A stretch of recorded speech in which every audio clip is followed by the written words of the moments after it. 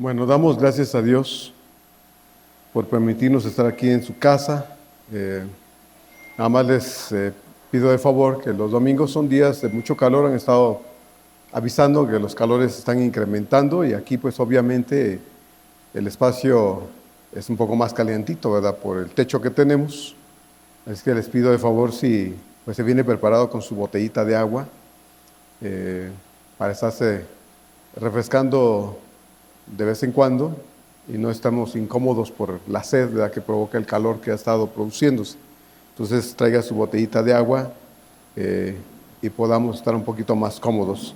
También no olvidemos, hermanos, de ser posible y de querer hacerlo, ponga su celular en silencio, en vibrador, para que pues, no esté recibiendo llamadas en este tiempo, ni esté sonando su teléfono porque nos distrae. Y nos aparta de lo que estamos haciendo acá, ¿verdad? La única llamada que recibimos es del Espíritu de Dios en el corazón y no va a hablar por celular. Entonces les pido de favor que cada vez que venga nos haga ese gran favor de poner su celular en silencio o de apagarlo de ser necesario, de ser posible, y terminando la actividad lo pueda aprender y revisarlo en los mensajes o lo que sea que hayan llegado, pero este es tiempo a solas con el Señor.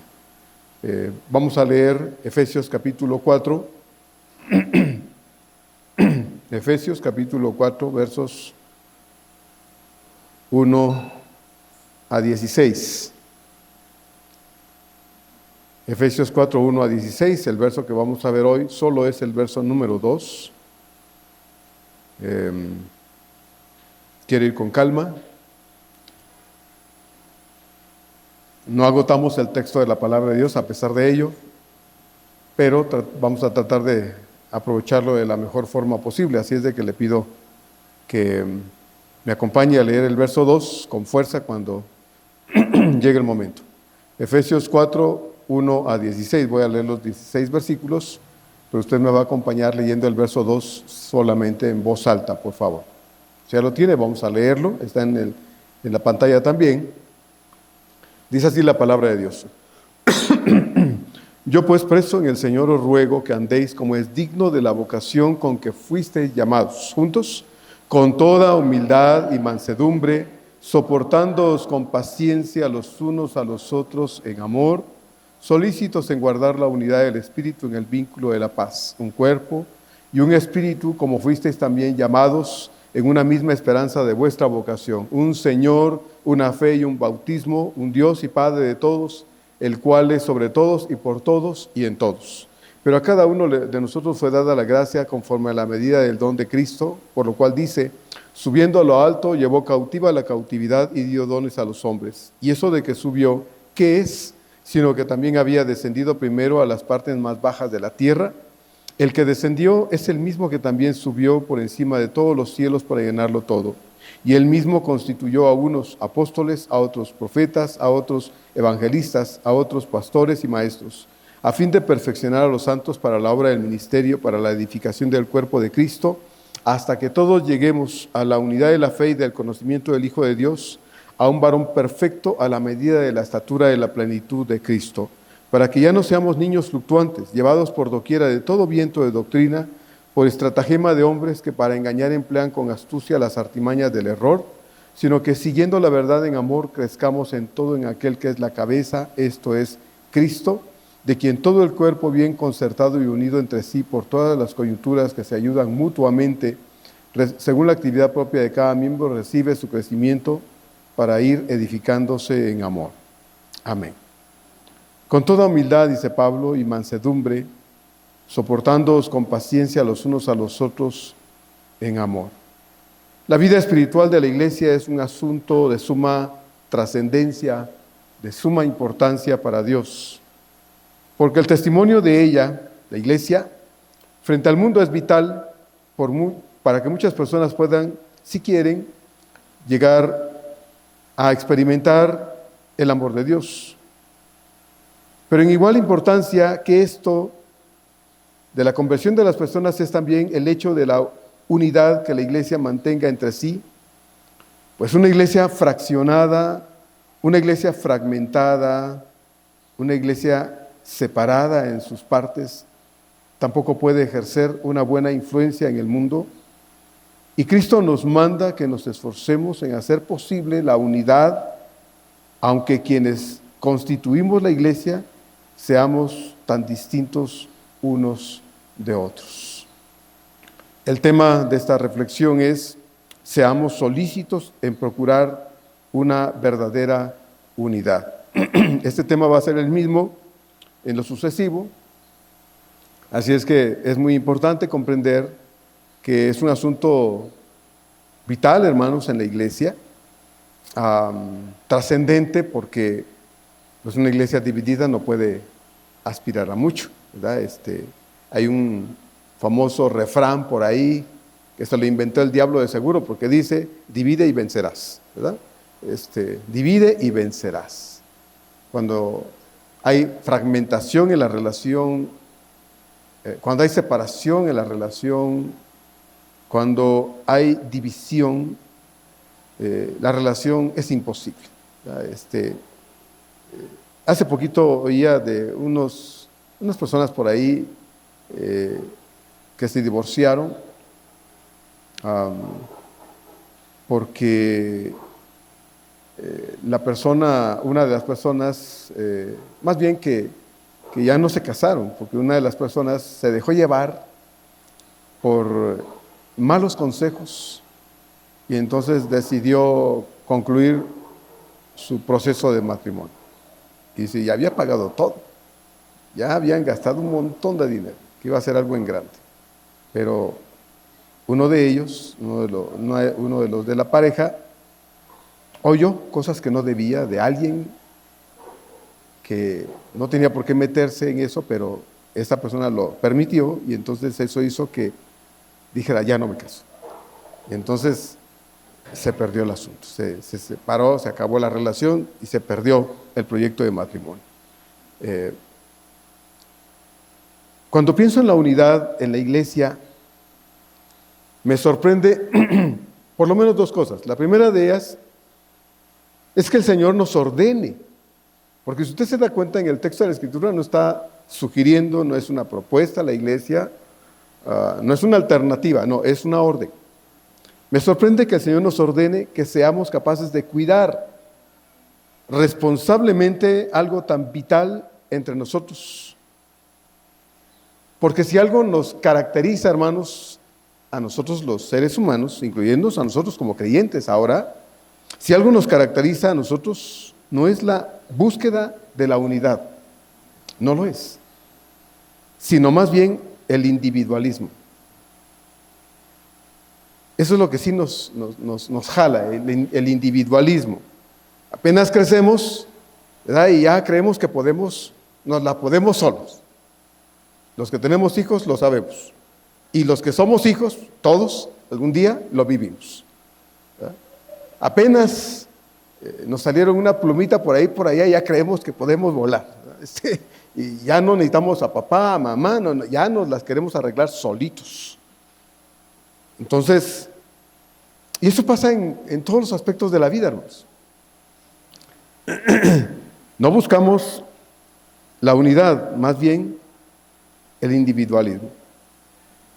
Y en segundo lugar, eso es primero de las cosas que me sorprende, que el Señor nos ordene cuidar algo que no es natural en nosotros hacer. Y en segundo lugar, me sorprende que el Señor nos ordene que cuidemos responsablemente algo que no es nuestro, porque el texto dice que es la unidad del Espíritu. Entonces, que nos ordene cuidar algo que no es nuestro, que no nace de nosotros, sino que es algo que nació en el corazón de Dios y nos lo dio Él.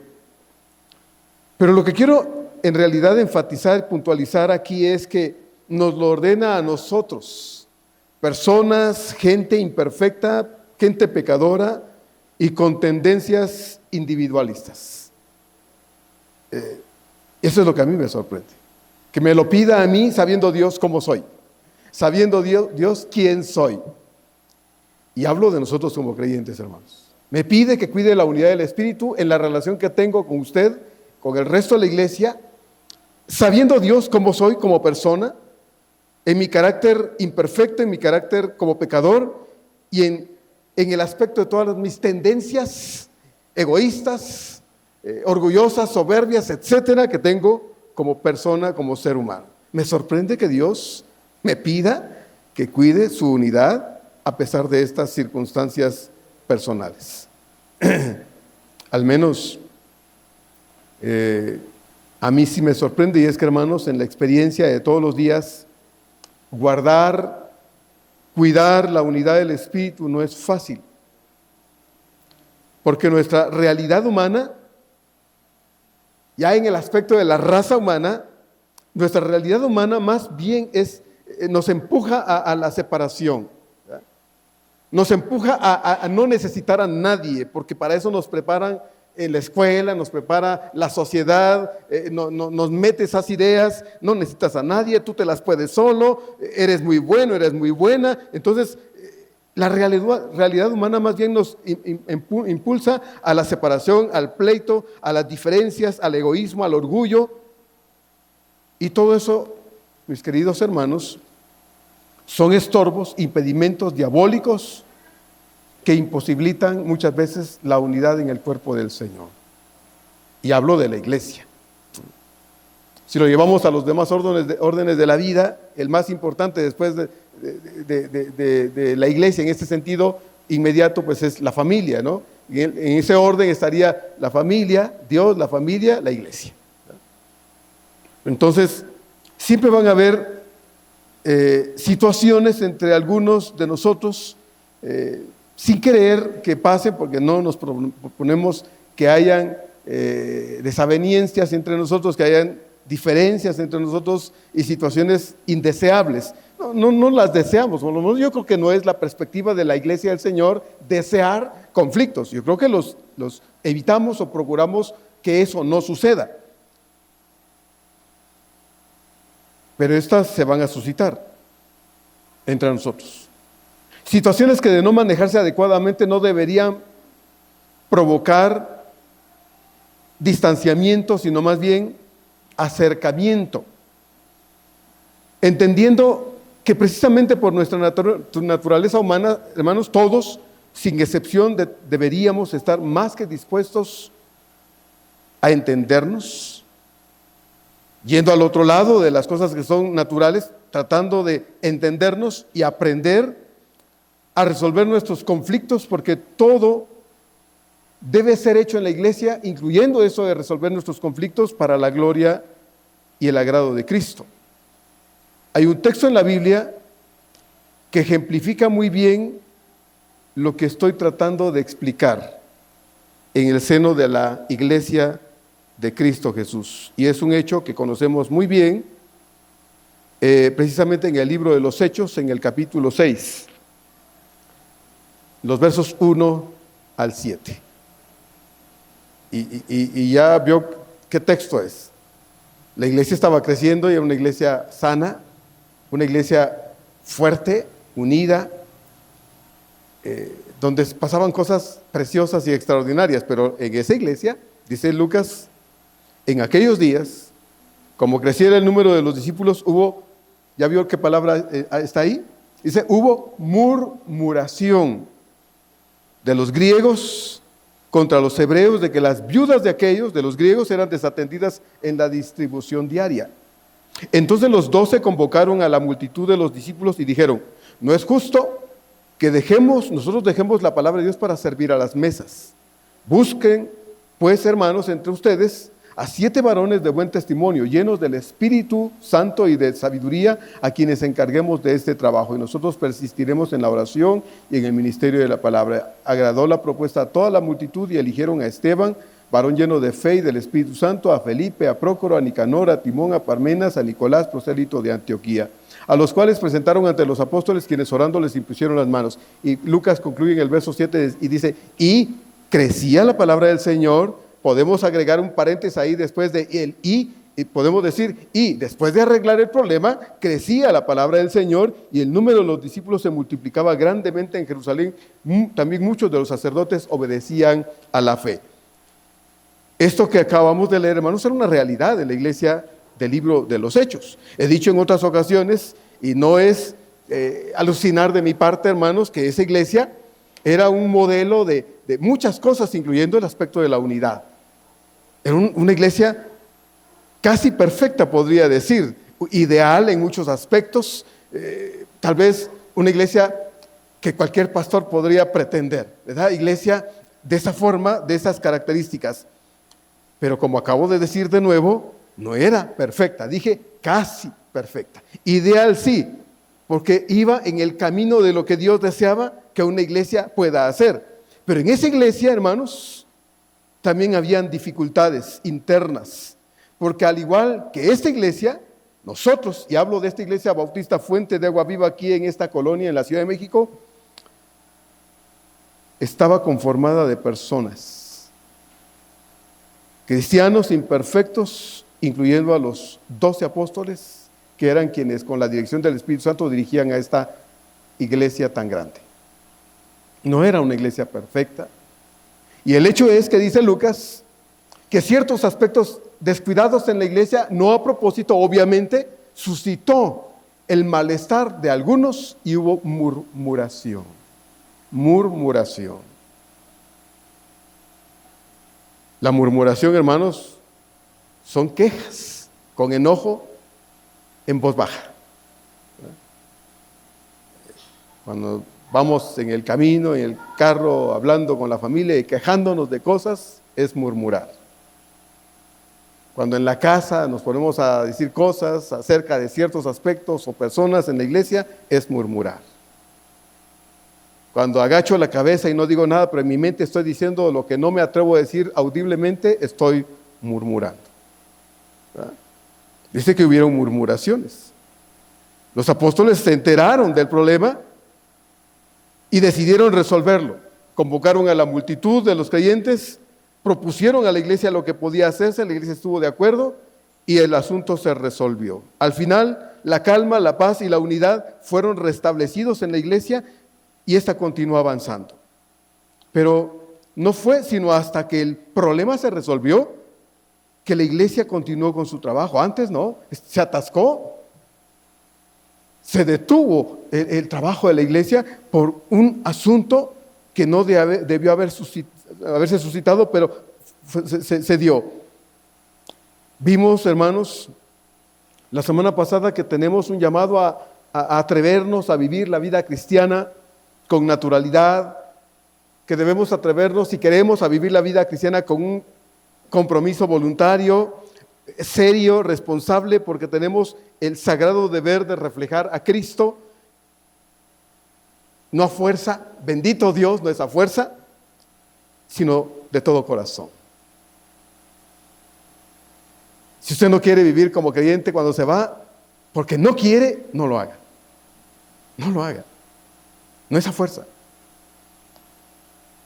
Esto es del corazón.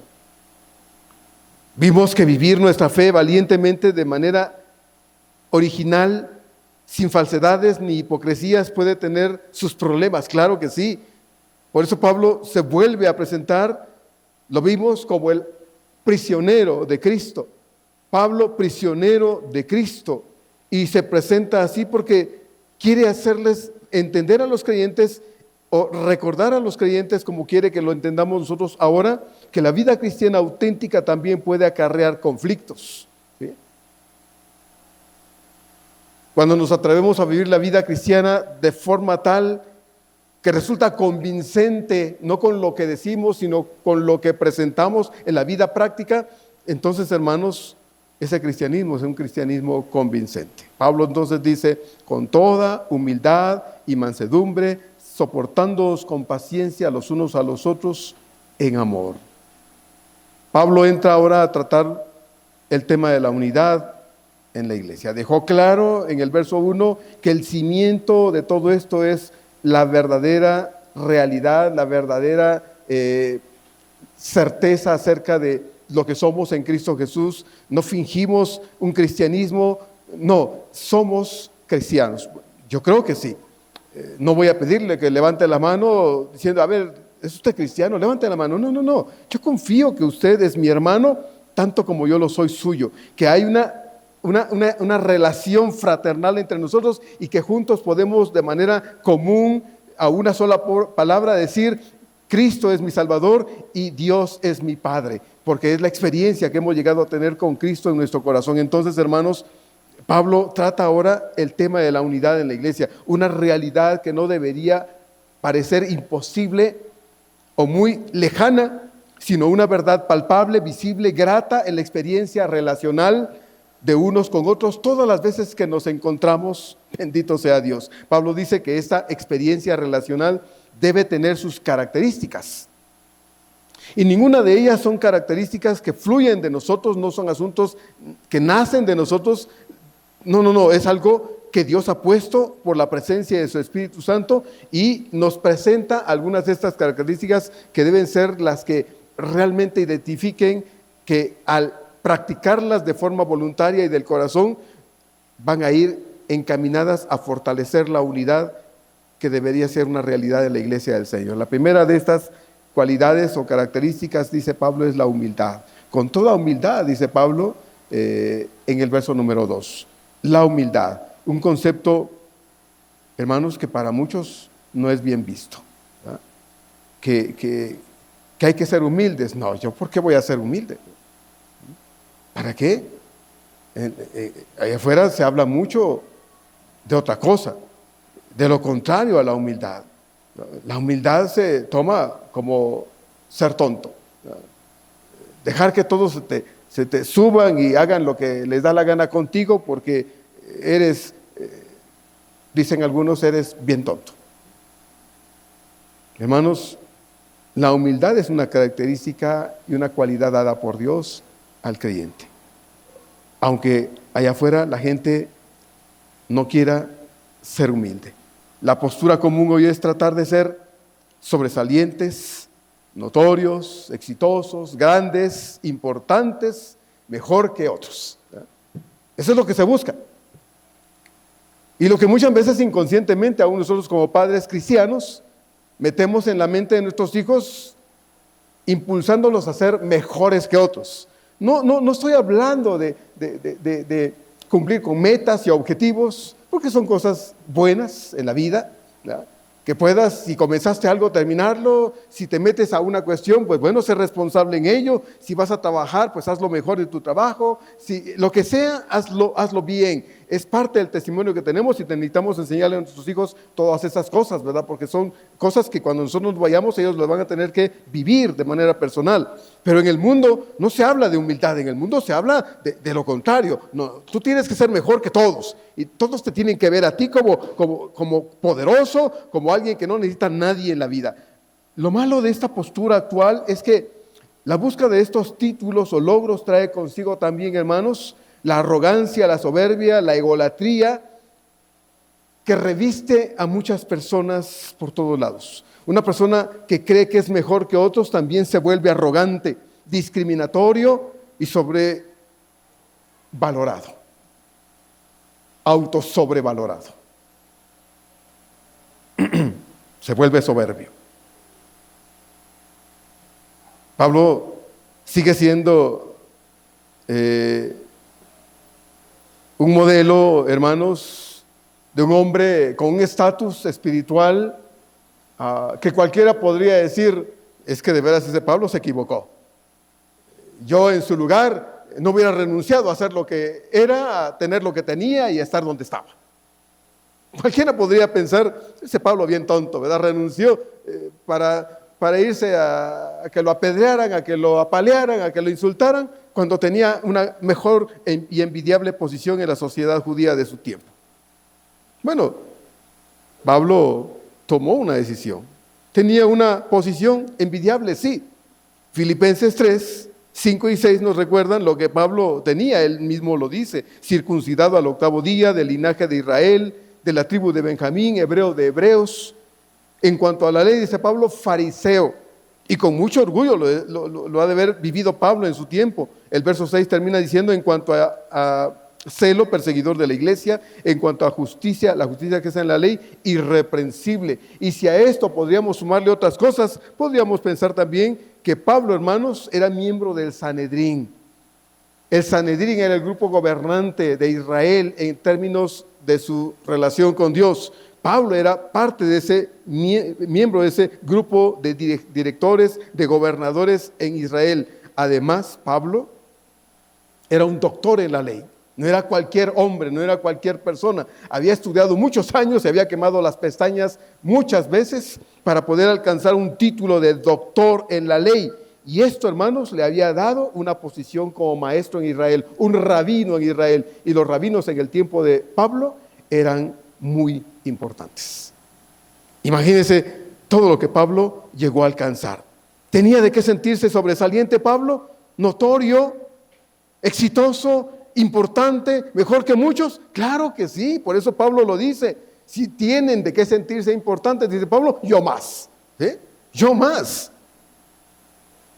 ¿Qué hemos alcanzado en la vida? Yo me pregunto, ¿qué Dios nos ha permitido alcanzar en la vida si es que hemos podido alcanzar cosas en la vida?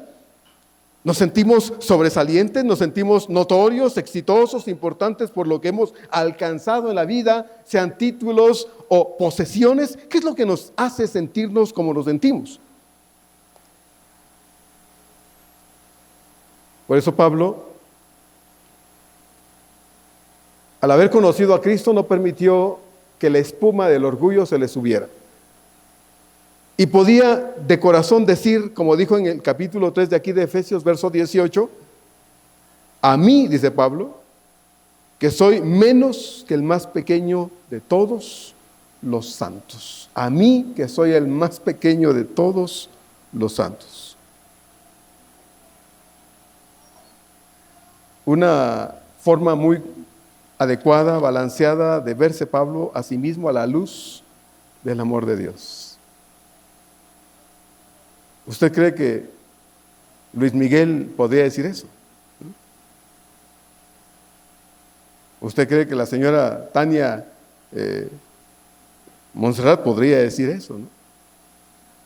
¿O usted cree que el señor Carlos Slim podría decir, a mí que soy el menos importante de todos los seres humanos? Pues no. Ellos no. ¿Y nosotros? ¿Nosotros, hermanos?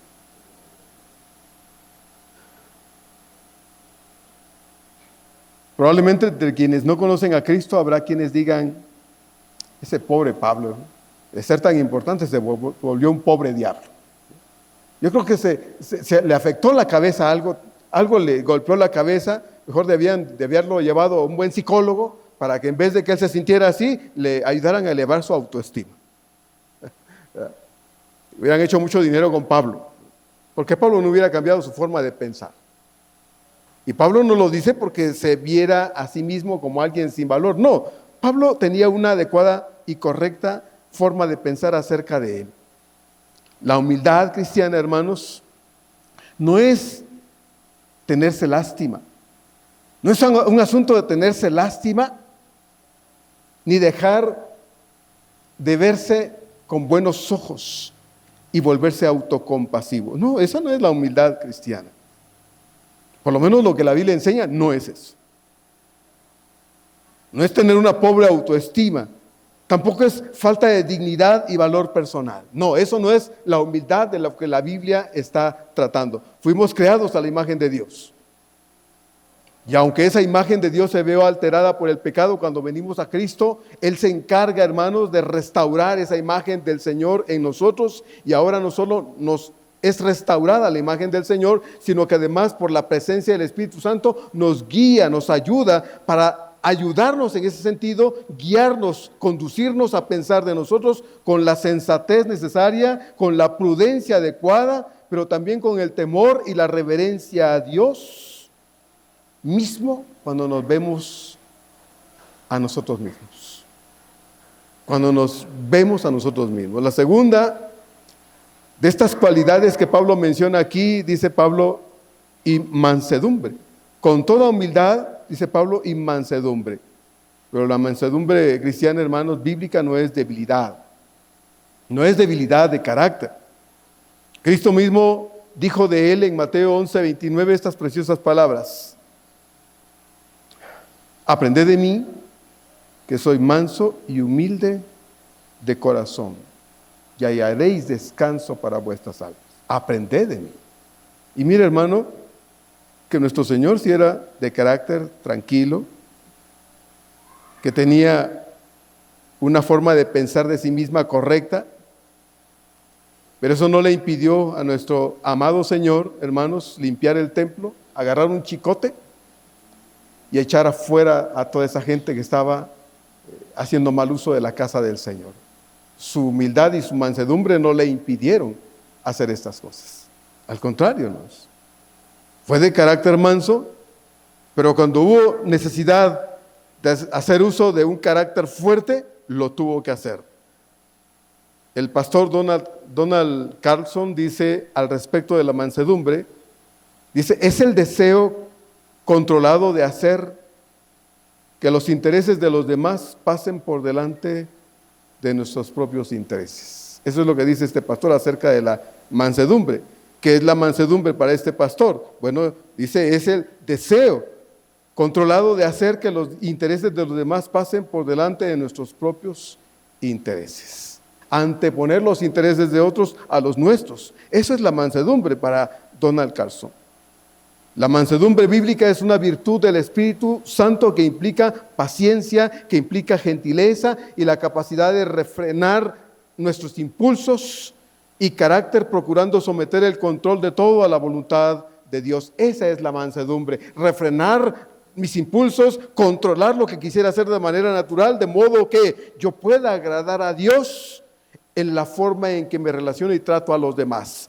Es la capacidad de tratar a otros con bondad, es la capacidad de tratar a otros con amor, tal como en la regla de oro el mismo Señor establece en la relación que tenemos de los demás con nosotros y nosotros con ellos. Mateo 7:12 dice, así que todas las cosas que queráis que los hombres hagan con vosotros, dice, así también haced vosotros con ellos. ¿Quieres que te traten bien? Trátalos bien.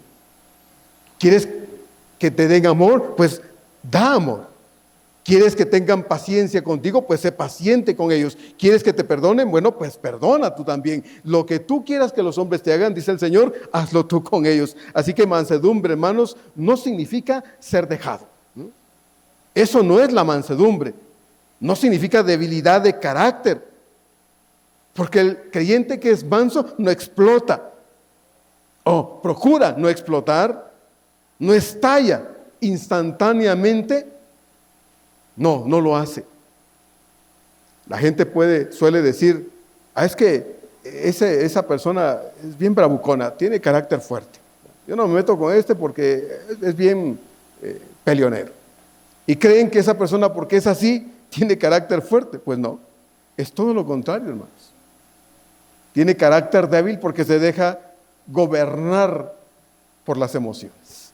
No puede controlar sus impulsos y entonces revienta, impulsa, golpea, amenaza, insulta, se burla. No porque sea de carácter fuerte, sino porque es de carácter débil precisamente. Las cosas lo controlan a él, a ella. Se deja dominar y entonces se vuelve un monigote bajo el control de las circunstancias. Proverbios 25:28 dice, como ciudad derribada y sin muro, dice, es el hombre cuyo espíritu no tiene rienda. Como ciudad derribada y sin muro es alguien que no se puede controlar. Y Proverbios 14:17 nos recuerda el que fácilmente se enoja, hará locuras. El que fácilmente se enoja, hace locuras, dice locuras, se comporta de manera absurda, porque no puede controlarse a sí mismo. Entonces está bajo el control de algo. No tiene fuerza de carácter, al contrario, es débil de carácter. Eso no es el manso de corazón. Es el que tiene la capacidad de dejar que Dios le ayude para poner bajo el control del Espíritu de Dios todos sus impulsos. La tercera cualidad, dice Pablo, es soportándoos, soportarse. Y soportar no es aguantar valientemente, hermanos, lo que sea con resentimiento. No digo nada pero estoy enojado.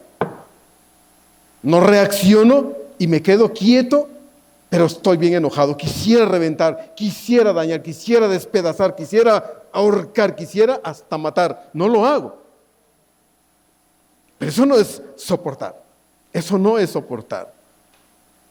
Al hablar Pablo de soportar, lo hace en términos de estar dispuestos a enfrentar cualquier conflicto o problema con otros, con la disposición de permanecer de pie y con una disposición al amor para no permitir que nada interfiera o cambie nuestra relación con las personas con las que nos relacionamos frecuentemente, aunque a veces algunas personas nos causen disgustos. Es no permitirnos el lujo de enojarnos y reaccionar inadecuadamente, aunque a veces parece que lo natural es hacer lo que mis impulsos me quieren empujar a hacer. Responder mal, contestar mal, golpear, hacer lo que sea. No, soportarnos es todo lo contrario. Es la actitud que demostró el Señor, hermanos, cuando lo atacaban sus enemigos constantemente. Usted al leer los evangelios se ha dado cuenta de eso. Lo atacaban, se burlaban de él, decían un montón de cosas y el Señor se callaba, se daba la vuelta y se iba. Eso es soportar. ¿Podía haber contestado mal el Señor? Claro, hermanos, pero no lo hizo.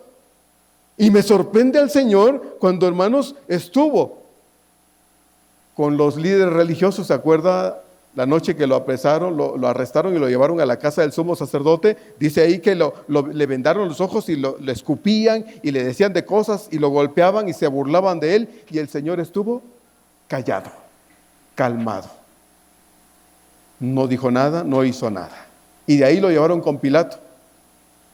Y cuando estuvo con Pilato, siguieron acusándolo, insultándolo y diciendo un montón de cosas de tal manera que Pilato se sorprendió de que el Señor estuviera tan tranquilo y tan calmado, pudiendo por lo menos defenderse, y no lo hizo. Y quiero leer lo que el Señor hizo, de hecho en Mateo 27, 11 a 14, porque me gusta lo que dice el escritor con respecto al Señor. Mateo 27, 11 al 14 dice así. Jesús pues dice, estaba en pie delante del gobernador y éste le preguntó, diciendo, ¿eres tú el rey de los judíos? Y Jesús le dijo, tú lo dices. Y siendo acusado por los principales sacerdotes y por los ancianos, nada respondió. Pilato entonces le dijo, ¿no oyes cuántas cosas testifican contra ti? Pero Jesús no le respondió ni una palabra, de tal manera, dice, que el gobernador se maravillaba mucho. Hermano, ¿quién no reacciona ante un insulto? ¿Quién no reacciona ante una abusivez? ¿Quién no reacciona? Me ha pasado a mí. Como le he dicho, yo no soy una blanca paloma, no soy una perita en dulce. Le ruego a Dios que me ayude, porque mi carácter siempre ha sido fuerte. El carácter de los Ambrosio Sánchez siempre ha sido muy fuerte. Y le ruego a Dios que me ayude cuando algo me enoja, cuando algo no me gusta, cuando algo me altera, cuando algo me violenta mi vida, lo que sea, me vuelvo iracundo. Pero Dios me ha ido apachurrando y poniendo en mi lugar de muchas formas, de manera tal que me ha ayudado en este aspecto. Pero dice aquí Mateo, que al ver el gobernador la actitud del Señor, se sorprendía y mucho. Hermanos, eso es soportar. Soportar. Y necesitamos aprender esto de nuestro propio Señor. El Señor pudo reaccionar con ira, hermanos, a tantos ataques. Claro que sí, pero no lo hizo. Eligió la calma, eligió la tranquilidad, eligió la serenidad en su carácter. Isaías dice del Señor a propósito de su carácter sufrido en Isaías 53, 3, despreciado, dice, despreciado y desechado entre los hombres. Varón, dice, de dolores, experimentado en quebranto. Varón de dolores, experimentado en quebranto. Yo sé que no nos gusta que aparentemente quieran abusar. Que nuestra reacción natural ante ciertas circunstancias sea el enojo, el decir, ya hasta ahí nomás, llegó esta persona. Hasta ahí, si quiere, que venga y se arrodille y me bese los pies. Hermanos, qué terrible es esa actitud. Me fascina el Señor porque Él pudo haber pedido auxilio del Padre Celestial, ¿recuerda usted? Ahí en el huerto de Getsemaní cuando lo arrestaron, uno de sus seguidores malinterpretó aquello de, bueno, ahora búsquense una espada. Malinterpretó, fue y compró una espada y se la escondió. Y cuando arrestaron al Señor, sacó la espada y le rebanó la oreja, dice Mateo 26, al siervo del sumo sacerdote. Y el Señor le dice, guárdala. ¿Por qué crees que no me puedo defender? ¿Qué crees que no puedo pedirle al Padre y que mi Padre no me podría enviar no menos de 12 legiones de ángeles? 12 legiones de ángeles. Más de 72,000 ángeles. No estamos hablando de angeliología. Pero hermano, Dios en su palabra nos revela lo que un solo ángel puede hacer. Segundo de Reyes 19. El sitio de Samaria. Llegó Sennacherib, mandó a sus chalanes a burlarse de todos. Y Dios le dijo al rey, no te preocupes. No te preocupes, no van a poner un pie en esta ciudad. Yo te lo estoy diciendo, ni una flecha van a lanzar.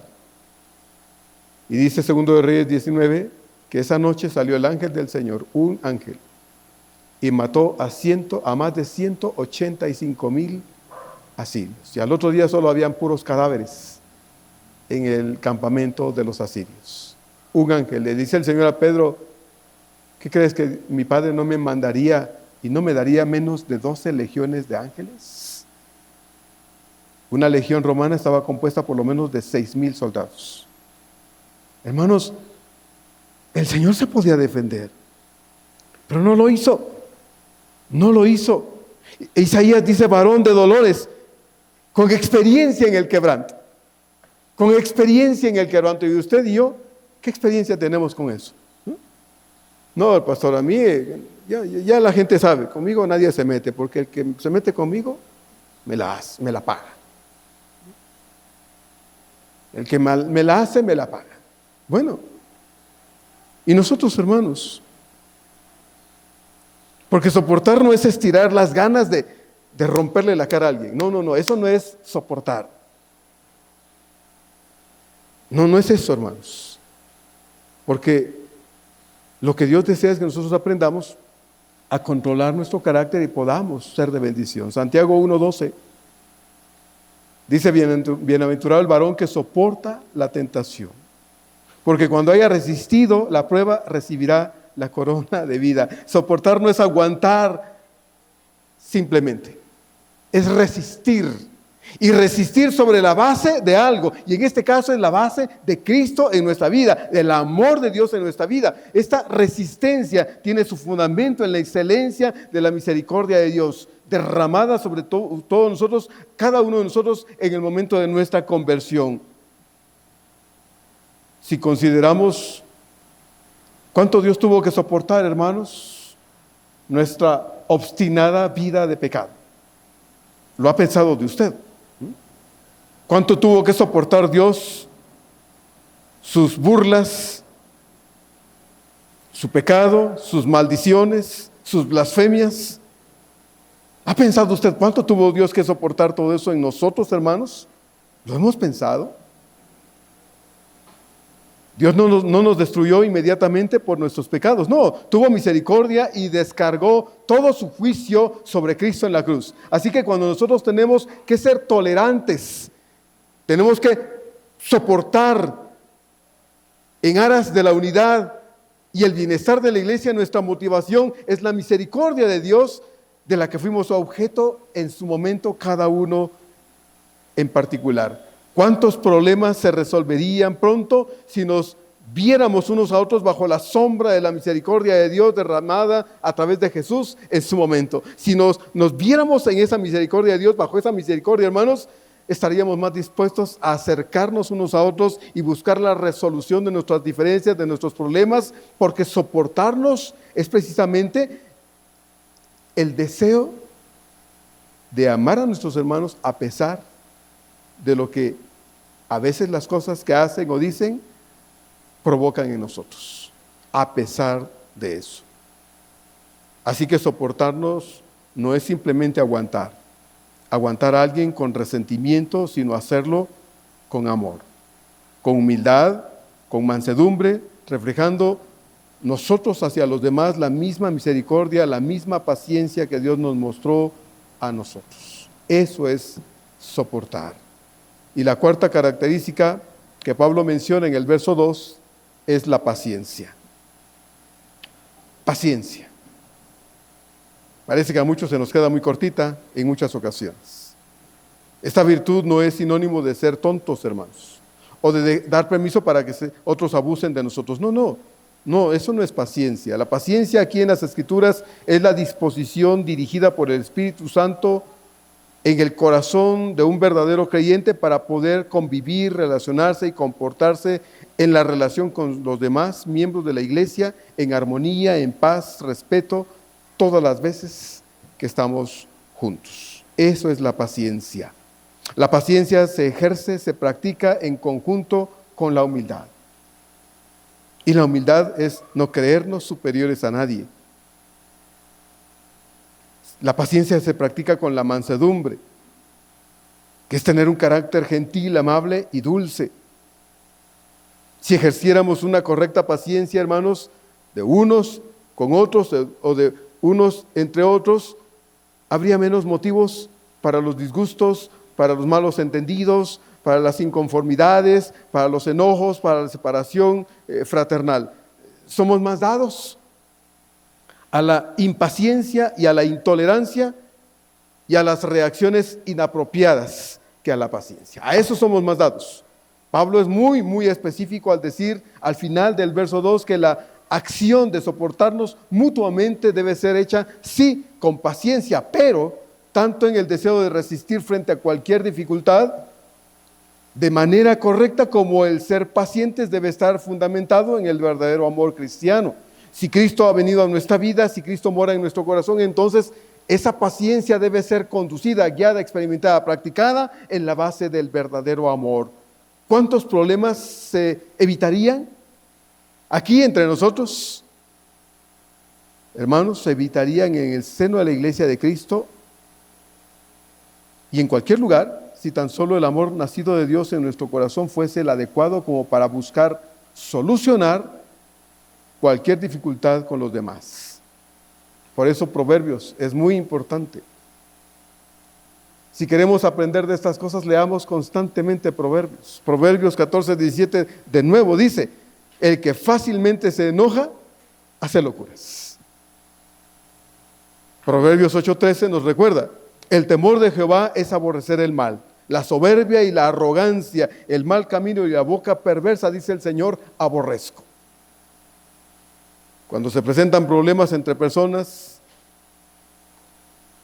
y pudiésemos de alguna forma seguir el camino hacia atrás, de donde vino el problema entre esas personas, hallaríamos que la causa del conflicto entre esas personas fue la actitud soberbia, egoísta, grosera de alguno de los involucrados o de ambos.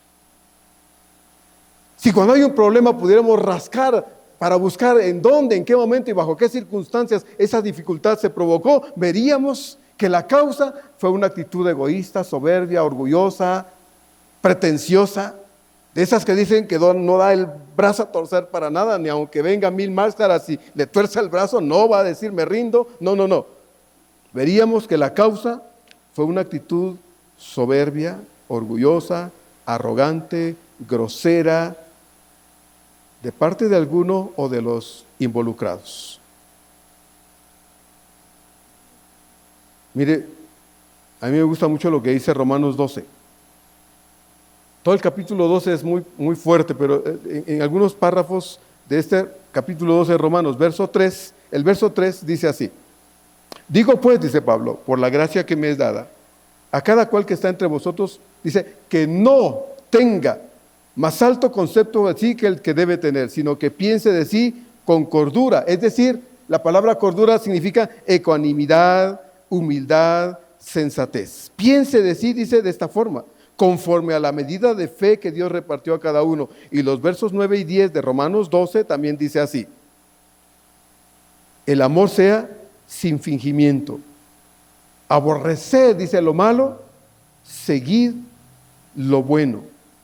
Amaos los unos a los otros con amor fraternal. En cuanto a honra, dice, prefiriéndoos los unos a los otros. Y el verso 16 de Romanos 12 también dice: unánimes entre vosotros, no altivos, no orgullosos, no soberbios, no prepotentes, no groseros, no ególatras. Dice ahí entonces, no altivos, sino asociando, dice, con los humildes.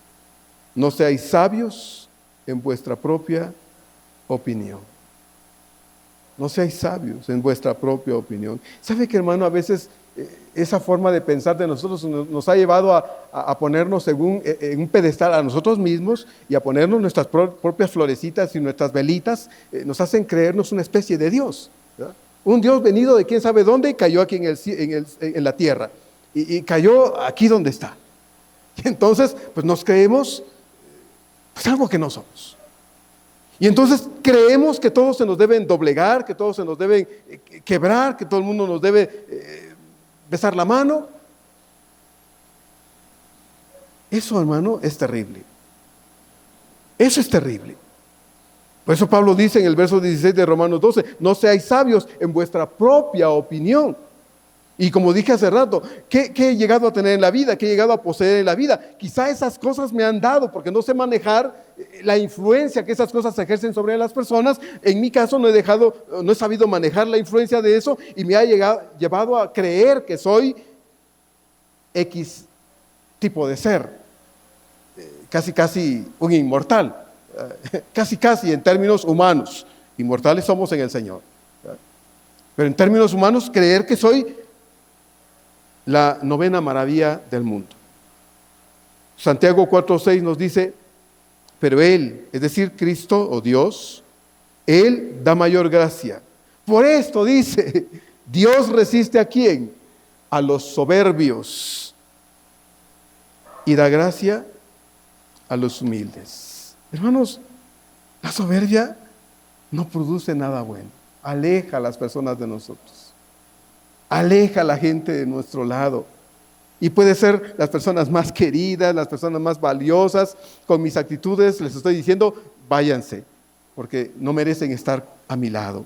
Qué difícil es muchas veces, hermanos, quedarnos callados cuando eso sería la más sensata y prudente actitud, la más sensata y prudente reacción y decisión frente a una provocación. Qué complicado es cerrar la boca, y deberíamos traer una aguja e hilo todas las veces para cosernos la boca y no dejar que se nos abra para decir tonterías, para expresar cosas que al rato puede ser que nos duela, puede ser, porque a veces ya no duele. Y digo, puede ser nada más que la actitud, la acción, las palabras del otro no fueron con dolo. No fueron. Solo fueron dichas en mal momento, de mala forma. No hubo dolo. No fue con premeditada alevosía o simplemente con el deseo de pelear. No lo fue. Pero como no estoy habituado, no estoy ejercitado, porque desgraciadamente, hermanos, he dejado de crecer en el Señor y lo mucho que sé se volvió en mí una cosa ahí de óxido religioso en mi corazón, y eso no sirve. Pues no fue con el deseo de pelear. Pero como solemos no quedarnos callados, no estoy practicando el coserme la boca con la palabra de Dios, ¿verdad? Cuando debo hacerlo, porque somos dados a no dejarnos y estamos a la defensiva muchas veces, a responder, lo hacemos agresivos, le ponemos fuego a la paja que ya alguien puso, lamentablemente, y se desata el conflicto. Se desata el conflicto que muchas veces no se resuelve y que imposibilita la unidad en la iglesia o la resolución de problemas con las personas. En vez de resolverlos, le echo más leña, más gasolina, desgraciadamente.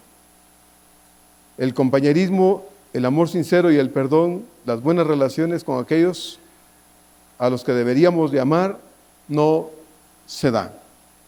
Están lastimadas, están fracturadas, están agrietadas.